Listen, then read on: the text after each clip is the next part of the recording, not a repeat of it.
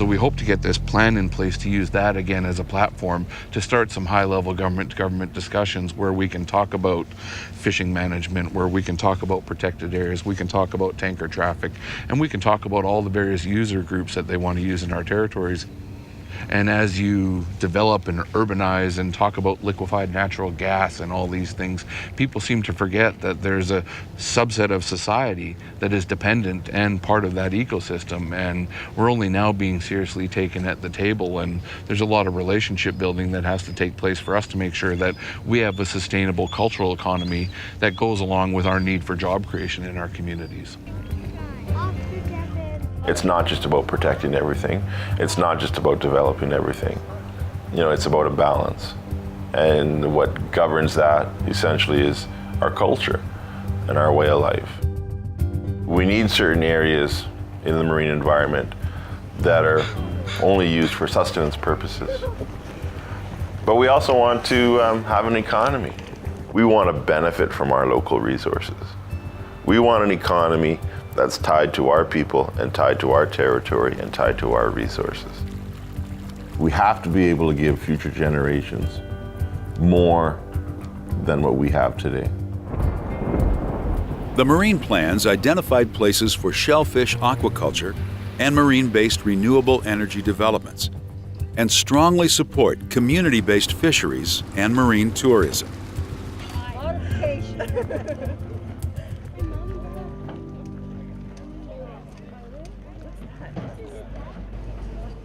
Certainly we recognize that we're living in a world economy now, but we also know that there are things within that region that are going to be valuable to the world economy. So we're building this sustainable tourism industry. We're building a sustainable shellfish industry, a sustainable salmon industry, a sustainable groundfish industry, but incrementally. Building it up slow so that you can't tear it down quickly. If you build stuff up too fast, it falls real fast. The development of shellfish aquaculture has been identified as a sustainable economic opportunity in British Columbia's waters. The marine plans designate management zones for shellfish aquaculture in all subregions of the planning area. This marine planning was developed to identify the best uses of the ocean. And BC, the north coast of BC, has a lot of potential for shellfish industry. We identified many places where the shellfish aquaculture can be developed as a sustainable business. It's not only tourism or fishing activities. Aquaculture has a place here in North BC. We found out that the water quality and the environmental conditions are very, very good for the aquaculture development. Coastal Shellfish Corporation is a multi-million-dollar project. We currently have 2 sites with a total of over 200 hectares. So we're going to put several hundreds of long lines in the tenure. So we are planning to grow many millions of scallops in there. I would say the most important production of shellfish product in Canada.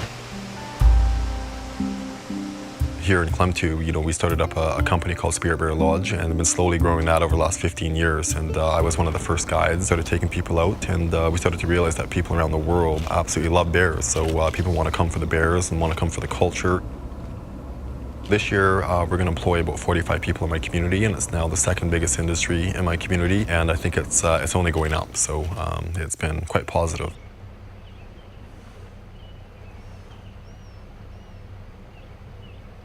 It's important for us to do a hard analysis check of the health of our ecosystems so that we can make sure that we're fixing parts of the territory all the way up from our territory up to the Haidas, across to the Central Coast guys, to make sure that we're not just focusing everything in one area because it's politically convenient. So there's a discipline that has to be struck amongst ourselves, and it's really only through coming together and having those discussions with the user groups, with our neighboring nations, that we're able to understand there is a role for us to play, and it's actually incumbent upon us as First Nations leaders to play that role, to bring that balance to the environmentalists, to bring that balance to the industry, and make sure that they understand that there's a long-term game plan here. It's not about the next quarter profits or the next fundraising campaign. This is about a long-term plan to bring sustainability back to our communities as it existed before contact. The vision is founded on respect. Yakudang is the Haida word, and that means respect for the landscape. It's also respect for each other, and it's also, respect for all the creatures, the living creatures here in Haida Gwaii. There's several aspects to the vision. One is protection.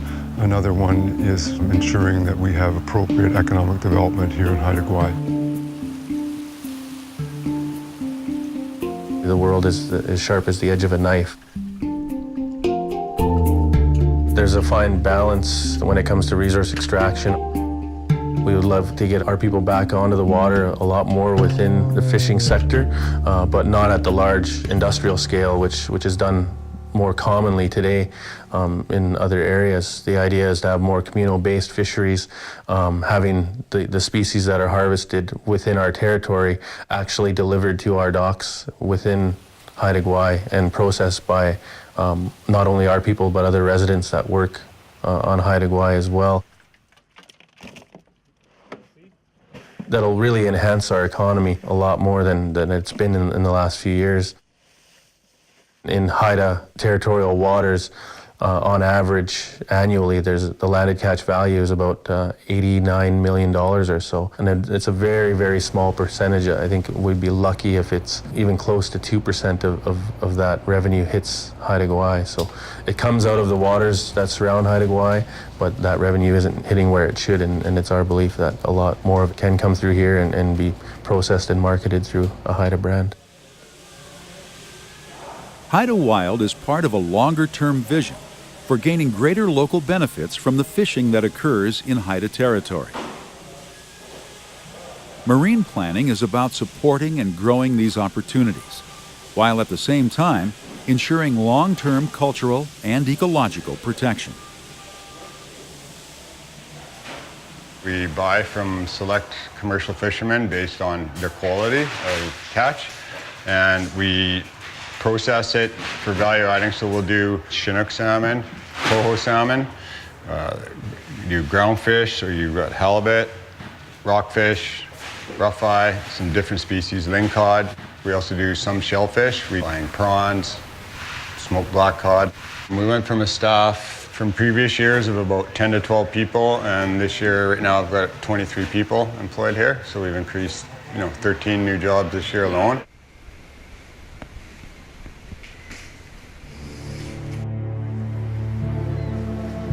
I really love this place, and I really want to see the communities and the ecology, like ecological communities and human communities, benefit and do well over the long term together.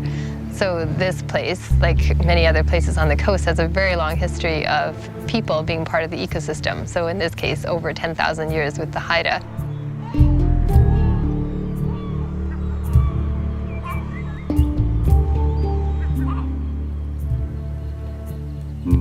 And so our society has maybe lost its connection with place. And so this is a way of reestablishing local communities and their say in what happens to their place. The tagline of the government is Supernatural British Columbia.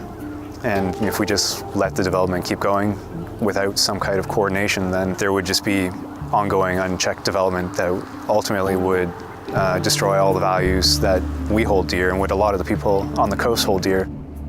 The MAP process is comprehensive. That takes into account all the user groups, not only commercial recreation, but also public recreation, conservation, and all the other sectors that have come to the table so that we can maintain that vision for a supernatural BC.